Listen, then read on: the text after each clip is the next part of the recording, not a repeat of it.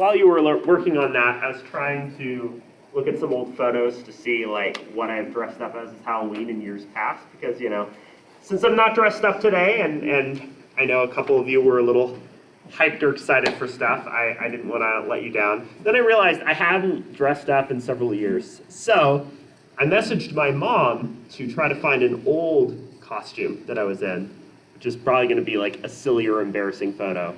So hopefully she pulls through and gets us one by the end of class. So I'll share that if she does.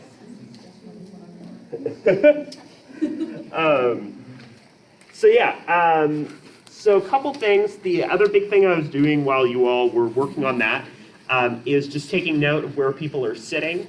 EOU now requires everybody in face-to-face classes to have like a seating chart. Basically what that means for you is that most, if not all of you, are continuing to sit in the same place every time. So I just want to honor that and just submit whatever reflects where you're currently sitting. So I will try to get that out to you by the end of class. If anything is an error or you need to see anything changed, let me know. I tried to, it was a little bit of a mess in my morning class, but I tried to account for like the side and the angle and all of that to get it working. So thanks for your patience on that. It sounds like they just want a seating chart to help with contact tracing. So, if there are positive COVID cases, being able to figure out and help people out who need it. So I appreciate your patience on that. It does sound like things are overall going pretty well. Cases are pretty low.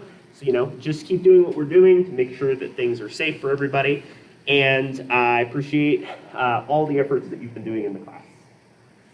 So this question is a good example of what to expect as you prepare for the exam, right? So we've talked this week a little bit about self-disclosure, talking, and listening. So this first question is kind of what motivates us to self-disclose. There's a lot of different things that could make us want to self-disclose information. So in your own words, I'm curious to hear from a person or two. Why do we self-disclose? What motivates us to do that? Yeah? I said feeling comfortable in a conversation. Yeah. So like if you're talking to someone and you already feeling comfortable with it, you're feeling most likely going to disclose something. Yeah, so comfort is a really big factor. Yeah. Relationship and impression management. Yeah. So relationship and impression management is a big one, right? Impression management is the idea that we're modifying how we're choosing to present ourselves to other people, right? So if your social media profile is different than how you are normally face-to-face, that's one way you do that. So this kind of gets at one way of thinking about it, which is Maslow's hierarchy of needs, right? We communicate and disclose to fulfill needs. A lot of those are like good relationships with other people. So a good way to address this part of the question is to, as you all are doing, bringing up some of the ideas in the class, like self-disclosure for fulfilling social human needs and so on. Is listening style a form of self-disclosure? How many folks think yes? How many folks think no? Okay, so there is a good level of debate here, right? So if you're answering yes, one way to approach answering this question is to talk about the 4 different listening styles, right? So those are people-oriented listeners, time-oriented listeners, content-oriented listeners. So people, content, time. What's the other one that I'm missing? So people, content, time, and action, right? Time and action are so similar in a lot of ways. So so remember, people-oriented listeners focused on the relationship rather than the content. They want to know how you're doing and make sure that everybody's doing okay, right? Content-oriented listeners are really concerned with the message. So if there's a guest speaker that comes to EOU and you say to yourself, this sounds great, I'd love to get to know them better and figure out what they have to say. Content is a big role there. The third type, so people, content, time-oriented listeners are very concerned with managing your time. Okay, you've got 5 minutes. Let me know what you need to talk about. So they're very much concerned with managing, regulating time, and so on. So the different listening styles are good things to try to compare and contrast and help us to better understand how we choose to listen. And then lastly, a theory in the class that relates to self-disclosure. So there's a few different ones that you could choose from. How many folks chose social penetration theory? Several of you, right? So this is the Shrek onion theory, right? That there's these different layers, and as we get more comfortable and talk to people more, right? We're getting kind of at a deeper level, whether it's just basic stuff. How are you? Where are you from? To really deep and more personal things like embarrassing Halloween photos or personal information about your goals and dreams and so on. Thank you for inviting us into your central layer. I appreciate that. So yeah, and then there's that element, and then another theory. How many folks chose the Johari window? So doesn't sound like anybody you did that one, but it is an option too. There's these 4 different quadrants, right? Whether you know and are open, or there are different parts that are the blind self, right? That which other people know about you, but you don't know yourself. Also things that you choose to hide, right? So that can be the hidden self. So things that you choose not to share with other people, and so on. So that's another theory or approach that you can do. So those are 2 of the easiest options that you could use for this part of the prompt. And it helps us to understand why we self-disclose. Uncertainty reduction theory is another one, right? We self-disclose to reduce our uncertainty, to feel more comfortable, and so on, right? So self-disclosure is a big reason why we talk and listen and engage with one another. And so this question is a good example of what to expect there. Again, if you would like feedback on this question, let me know, and I'm happy to give that to you. There's also those 2 practice short essay questions. Oh, wonderful. It came. I hope you're ready for this. This is from 2003. Oh, yeah. I wasn't alive. Did somebody say I wasn't alive? Yeah. That is... How old Oh, are you? 17? Oh. okay.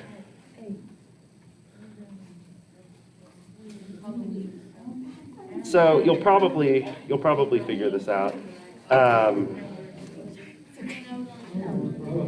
So I feel like it's a little bit self-indulgent to ask. I feel like it's a little self-indulgent to ask what you all think my age is, but I'm mildly curious. I think you're 2032. So you must be like late 20s. I think early 30s. Yeah. Interesting. I'm not going to ask you your age.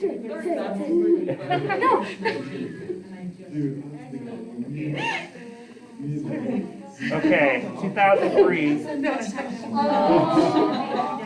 I feel like I had this SpongeBob costume for I wore it for 2 or 3 years in a row because I just got lazy and I was like, oh, I'm gonna keep using the same costume. So 2003. So that's fun. How old were you? How old was I at the time? That's How old are you now? so that's math. I'm 29. So I was gonna guess. See, we were right. Well, he has a doctorate, so. Yeah. I just burned my 20s on grad school. Would not recommend. Yeah. You were right. You were either 10 or 9 in that picture. Yeah. Okay. That checks out. I watched a lot of SpongeBob Nickelodeon as a kid. If I make It'd be a it 29, 2021. that's 11 years, not 9. But yeah. So and you have those moments over time where you just kind of realize how old you are. I know that the majority of folks that I teach now were born after 9/11, and that's normal, right? It's not a bad thing. It's just wow. So that's fun. I appreciate you giving me the chance to share that. I do want to help you though as we're gearing up for next week. So, right, we've talked a little bit About listening, that practice question, again, is a good thing to go off of as you're preparing and thinking about where to go next.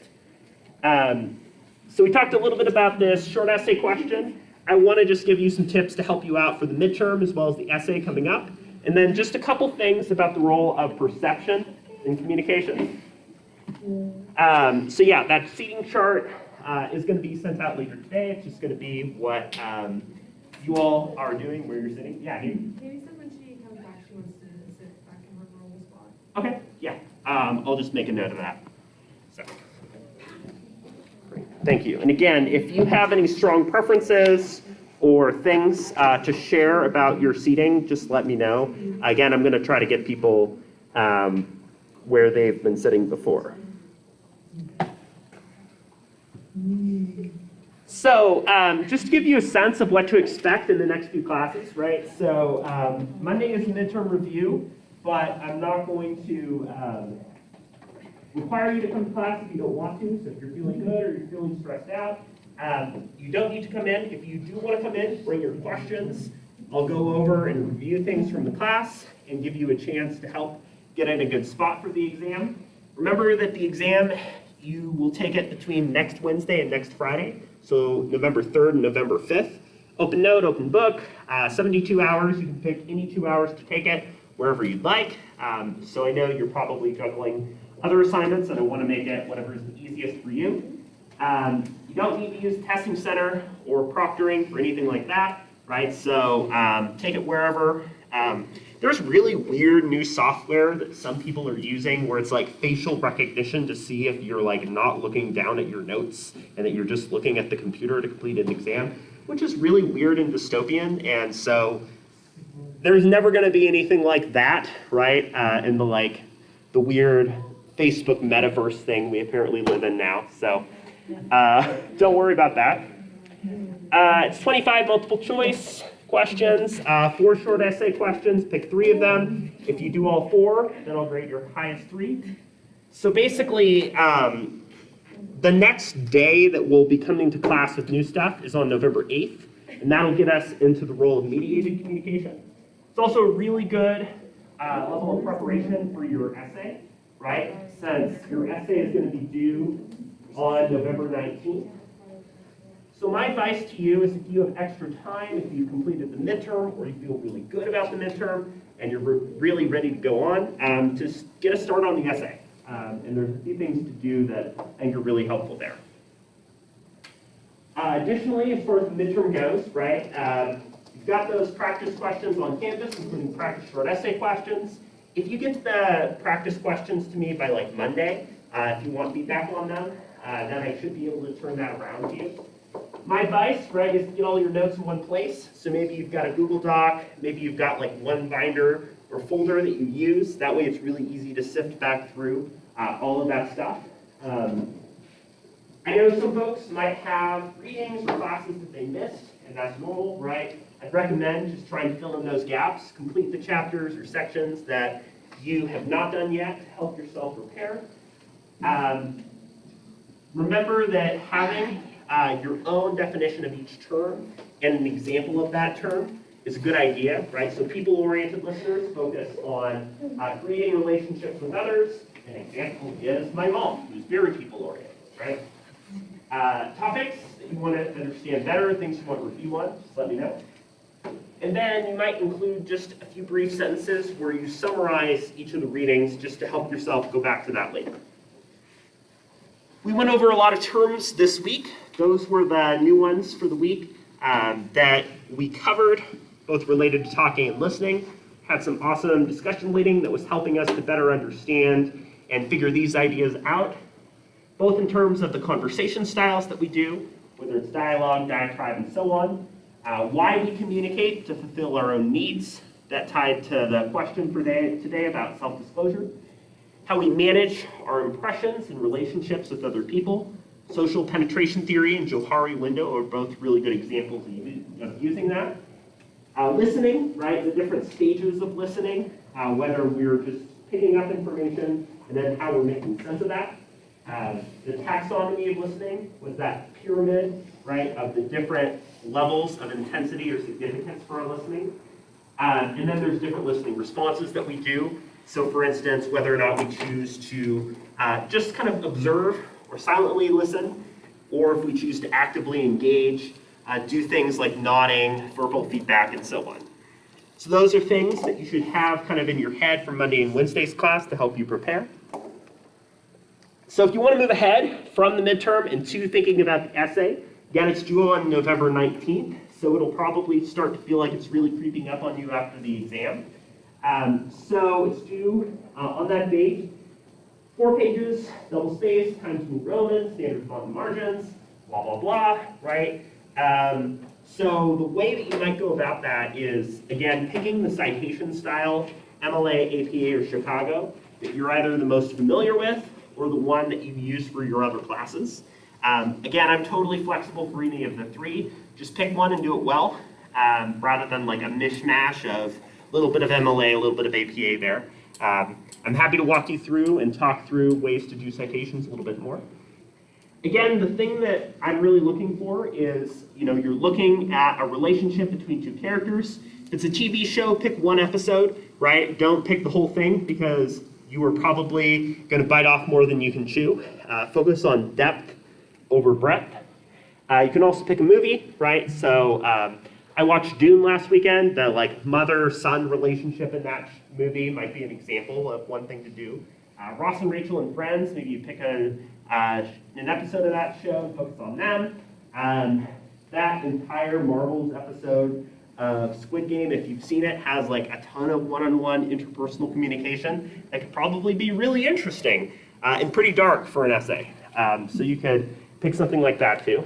But pick something that's interesting, that stands out to you. Maybe there's something about how the characters communicate and get to know each other that are really memorable, or some ideas that you think, we were talking about listening styles today. This makes a ton of sense with this episode.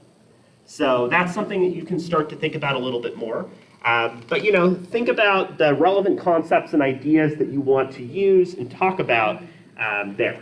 So again, you could look at how listening styles are happening, verbal versus nonverbal communication, intrapersonal communication, and identity. How is that person talking to themselves and then to another person, and so on. So I'm happy to look at rough drafts, outlines, ideas, and anything else. My advice is to pick, again, that relationship that people thought was really interesting. Had a student in my morning class who was who wanted to do their essay about Twilight, right? About Bella and Edward. And they were like, yeah, it's 2 people, but it's also kind of 3. And I'm like, you know what? Pick 2, Team Edward or Team Jacob. Come on, make your choice. So, focus on those 2, make a decision on who you want to focus on, and then it's going to feel weird to only have an episode, but if you do that, right, you can transcribe parts of that episode to really get a good grasp of those characters. So you don't need to cite anything besides the textbook and the actual show or movie itself, but I do want you to cite from the show or movie, right? So I do want you to include some quotes or passages or parts that can help you to make sense of that relationship. So the last thing that I want to go over just a little bit is kind of the tail end of talking and listening. So the final things to know sort of about the whole talking and listening process is about perception, right? So perception, and we'll get more into this after the exam, is kind of like the pair of glasses that you use or the lens that you use to look at the world, right? So I use the blue filter glasses where everything looks a little bit distorted in color. And people use that all the time to make sense of the world. So the glasses or the lens that you're using to look through the world is like perception. Another way of thinking about it is like laundry. So, if you sort laundry into different categories, or, if you were like I was in college, you just have a bunch of laundry on the ground and you pick up a piece and sniff it and see if it's clean, right? That whole process is like perception and trying to divide up and make sense of the things that you have. Because if you think about last class, we were talking about how there is so much noise and sensory information we get every day that what we choose to listen to and focus on is a really big deal. If we listen to everything in the world, we would be really worn out. So this perception process is choosing the messages that are meaningful and stand out to us. We're having dinner with somebody, we focus on that conversation rather than everybody at the table. So you emphasize what it is that you want to listen to. You organize that information. Maybe you have a friend who's telling a story of the time that they had, they slipped and fell in the dirt while they were riding a bike. So you look at and organize that story. You interpret that. Tells me that you have an outdoorsy friend who maybe is a little bit clumsy, right? And then you negotiate or figure out where that information fits in your broader understanding of the person. As a result, I understand that this is an outgoing and fun person. I feel like we're having a better relationship. So perception, right, is a big deal because it helps us decide what conversations and what parts of the information we get every day matter to us, and therefore how we can sort, just like laundry, and make sense of that information too. So, right, when we think about what makes our glasses or what makes our kind of lens for looking at the world, there's physiological elements, right? So you all come in after lunch, I think at times, right? Like you all have good, you come in with good energy and are feeling pretty good. A lot of folks in my morning class are pretty tired. So the physiological elements are going to shape our perception of like the class. Psychological, right, goes back to what's in our heads. So a more introverted versus extroverted person is going to look at something differently. Like maybe a party is a really exciting thing to do, or maybe it's a really stressful and difficult environment. Social elements, right? So depending on the cultures and groups that you're a part of, the relationships that you have are going to look different. So for instance, if you're a member of a sports team and you really value direct, quick communication, like communicating, hey, we're going to do a pass, then that social element is going to change how you view communication in general, and then culture, right? Being the groups such as race, ethnicity, nationality, and so on that we consider ourselves parts of, plays a really big role in how we perceive and make up communication too. For instance, right, in something like a more collectivist culture, maybe being really direct or confrontational about what you want is read as really rude or disrespectful.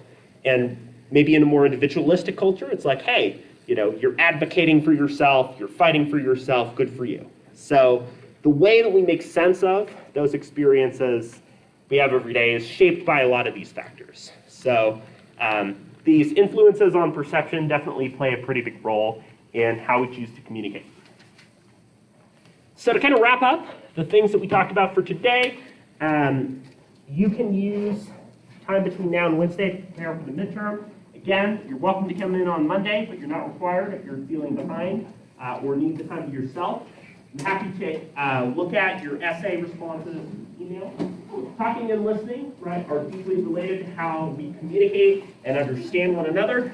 And then also perception plays a pretty big role in how we communicate too. So come in with your questions for the exam review on Monday. Please have a fun and very safe Halloween if you're doing anything exciting for that. Have a great weekend.